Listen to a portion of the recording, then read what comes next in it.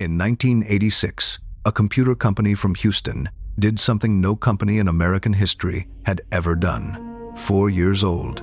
4. And it walked into the Fortune 500, the youngest company ever to get there. Nobody has ever climbed faster.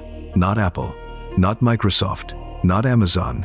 It had been sketched on a paper placemat in a pie restaurant by 3 engineers who had just quit their jobs, and it had already humiliated IBM, the most powerful technology company on Earth.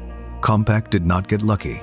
It built a weapon that IBM could not match, an army of dealers who put its machines in front of every business in America. That army made Compaq unstoppable. 15 years later, that same army was the reason Compaq could not save itself. Because a kid in Texas was about to start selling computers a different way, and Compaq would be physically unable to copy him. Not unwilling, unable. This is the story of the fastest rise in American business, and how the exact thing that made it possible guaranteed the fall, and of one man who wrote the first check and then fired every leader the company ever had. February the 16th, 1982. 3 engineers walked out of Texas Instruments. Rod Kenyon, Jim Harris, Bill Murto. They were not visionaries with a grand plan to change the world.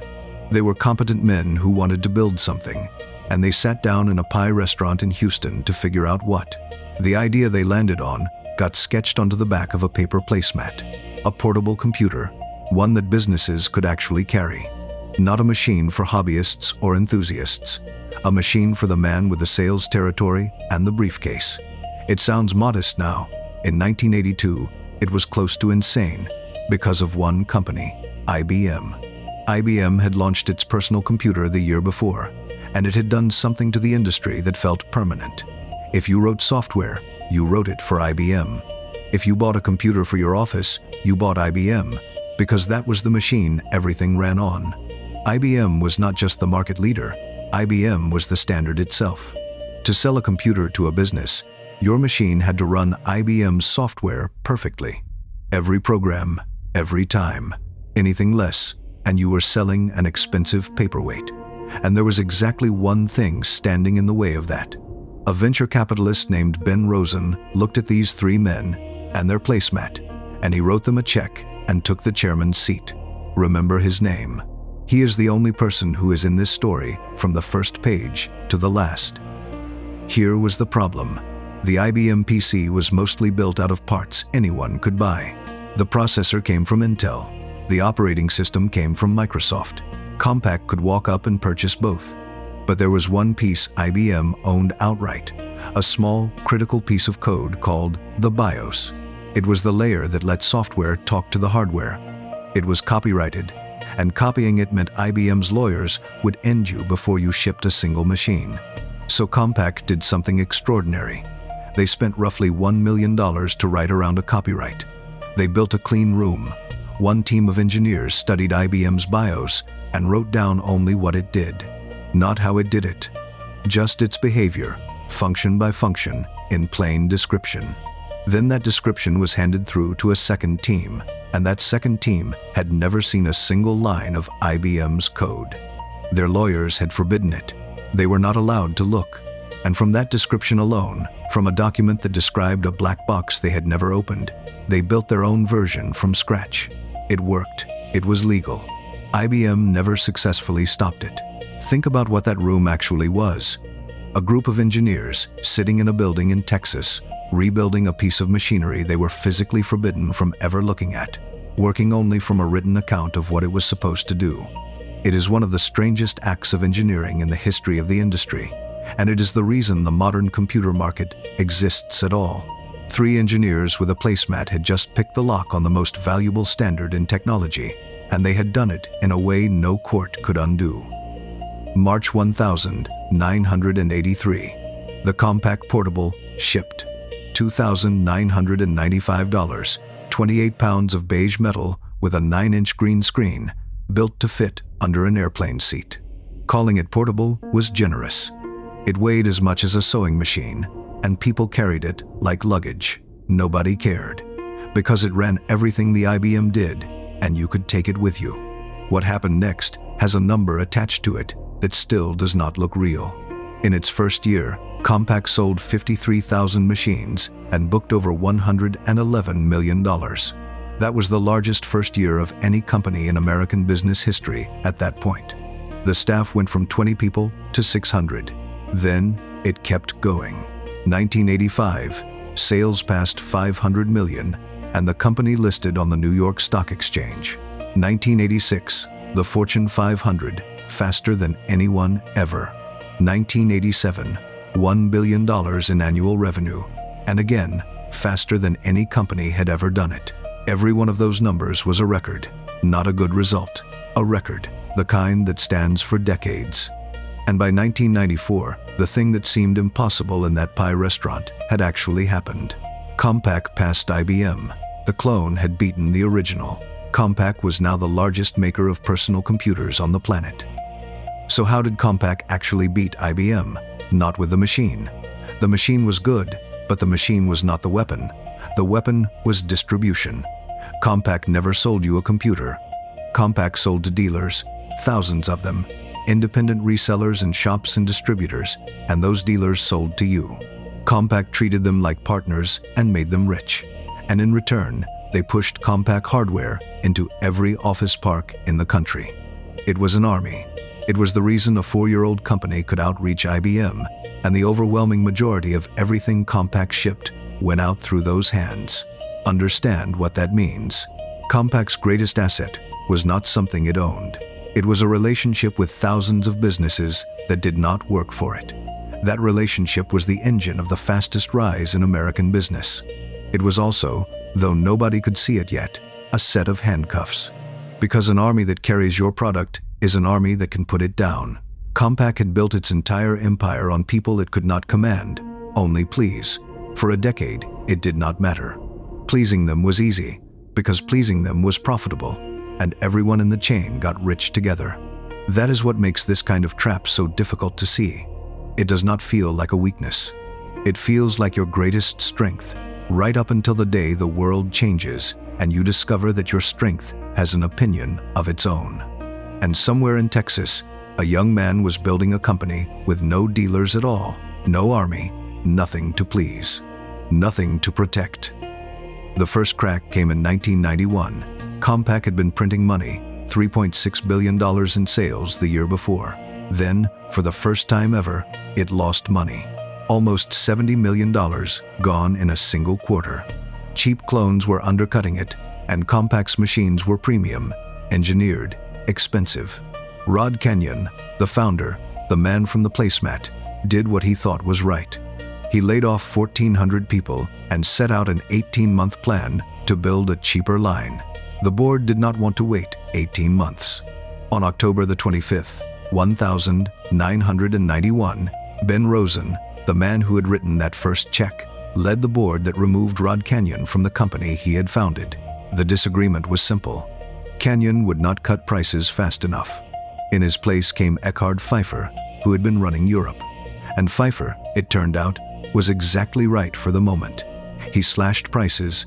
He flooded the market, 16 new products in 1992 alone, including Compaq's first printer.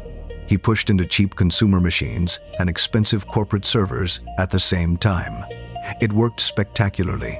Revenue went from $5.79 billion in 1992 to $20 billion in 1996. Profit followed. Nearly $1 billion of net income in 1994, $1.32 billion by 1996. Compaq was bigger than IBM and getting bigger. And that is the cruel part of this chapter, because it looks like the board was simply right. Kenyon was gone, Pfeiffer was in, and the company was winning by every number anyone tracked. Firing the founder had worked. That verdict would last about 6 years. Then the handcuffs closed. Dell was selling direct. No dealers, no shops, no middlemen. You called Dell, Dell built your machine to order, Dell shipped it to you. It meant almost no inventory sitting in warehouses going stale, and it meant Dell owned the customer completely. The answer for Compaq was obvious: do the same thing. And Compaq tried, and here is where the empire ate itself. The moment Compaq started selling direct, its own dealers understood exactly what was happening. They were being cut out, so they retaliated. They stopped pushing Compaq. They promoted somebody else's machines instead. Those dealers moved the overwhelming majority of everything Compaq sold, and Compaq was completely dependent on their goodwill. Forbes described the position of the big, established makers plainly in 1998. They were vulnerable to dealer blackmail. Dell had no such problem, because Dell had nothing to betray. By mid-1998, Dell had powered past Compaq in American computer sales, while Compaq's revenue sat flat, fighting a war against its own distribution. And Pfeiffer's answer to Dell was not to solve this. It was to buy his way out. Tandem Computers, $4 billion, 1,997. Then, in January 1998, Digital Equipment Corporation, $9.6 billion, the largest acquisition in the history of the computer industry. Compaq became the second largest computer company in the world, with revenue over $37 billion.